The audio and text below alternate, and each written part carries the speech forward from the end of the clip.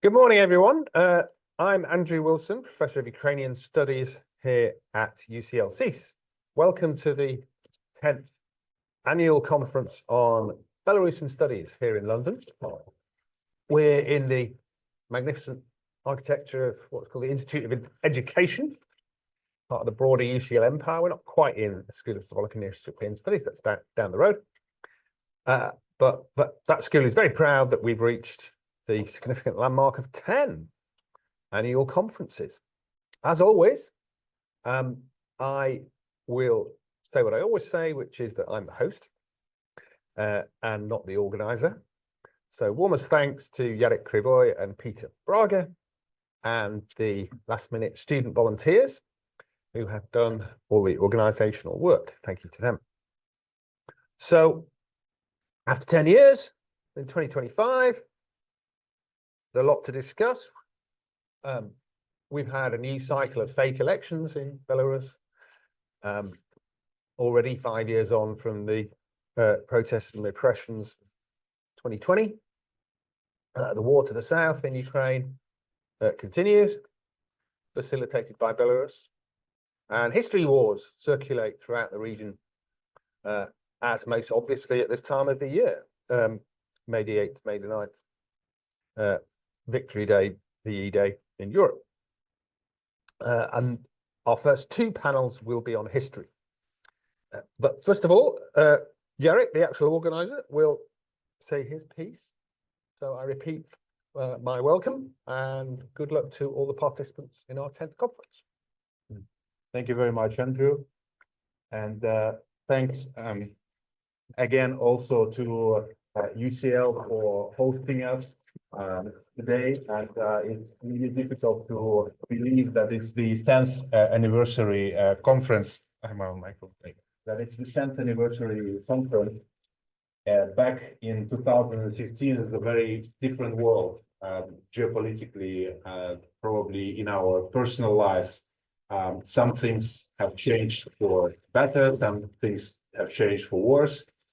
I think the important contribution of this conference, and not only of this conference, but also of related projects, such as the Journal of Belarusian Studies, the library, the Belarusian Library and Museum in London, and other initiatives, is the preservation of culture of Belarus in its broad sense.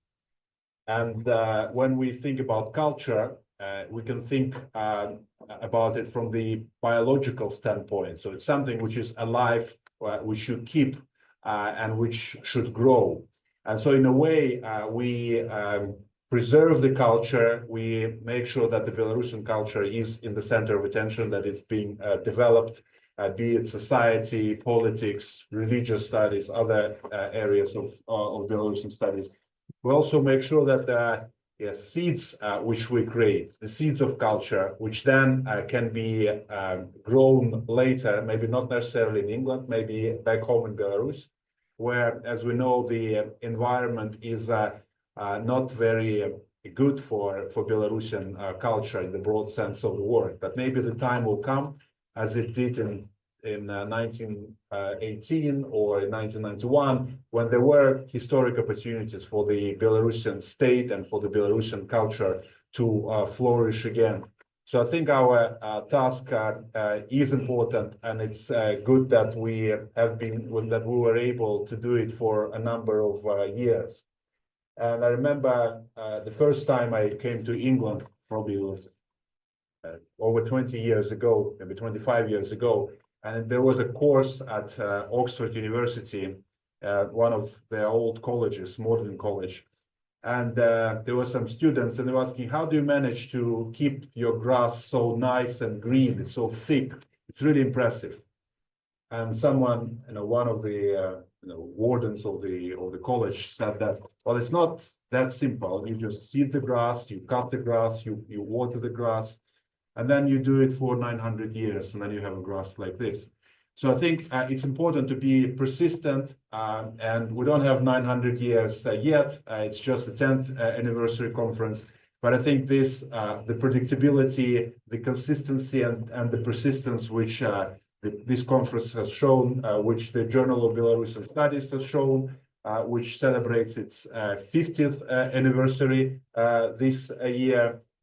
It shows that there is interest in Belarusian studies for people to do research, for people to come and listen to presentations about Belarus, to write about Belarus. And also we launched a new book series with Brill not a long time ago.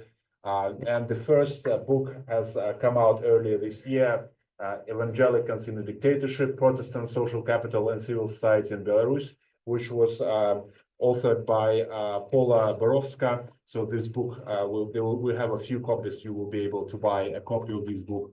So we are doing more, and certainly I would encourage you to come to future editions of this conference and to submit your manuscripts to the journal, submit your book proposals to the book series.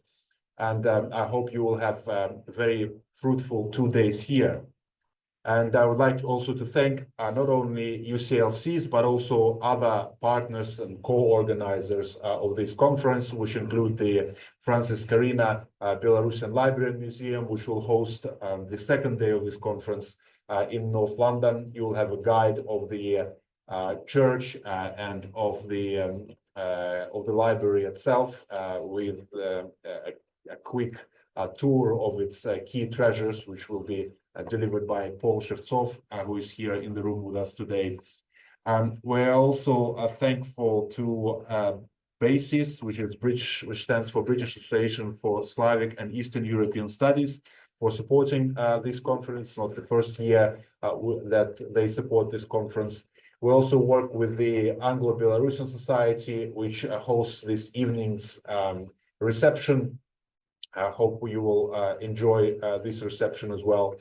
And most of this conference will be recorded, and we will publish the recording of this conference later on the YouTube page of the Skaryna Library, so that people can not only listen to your presentations here, but later people can come back to these presentations and enjoy them and learn something from us.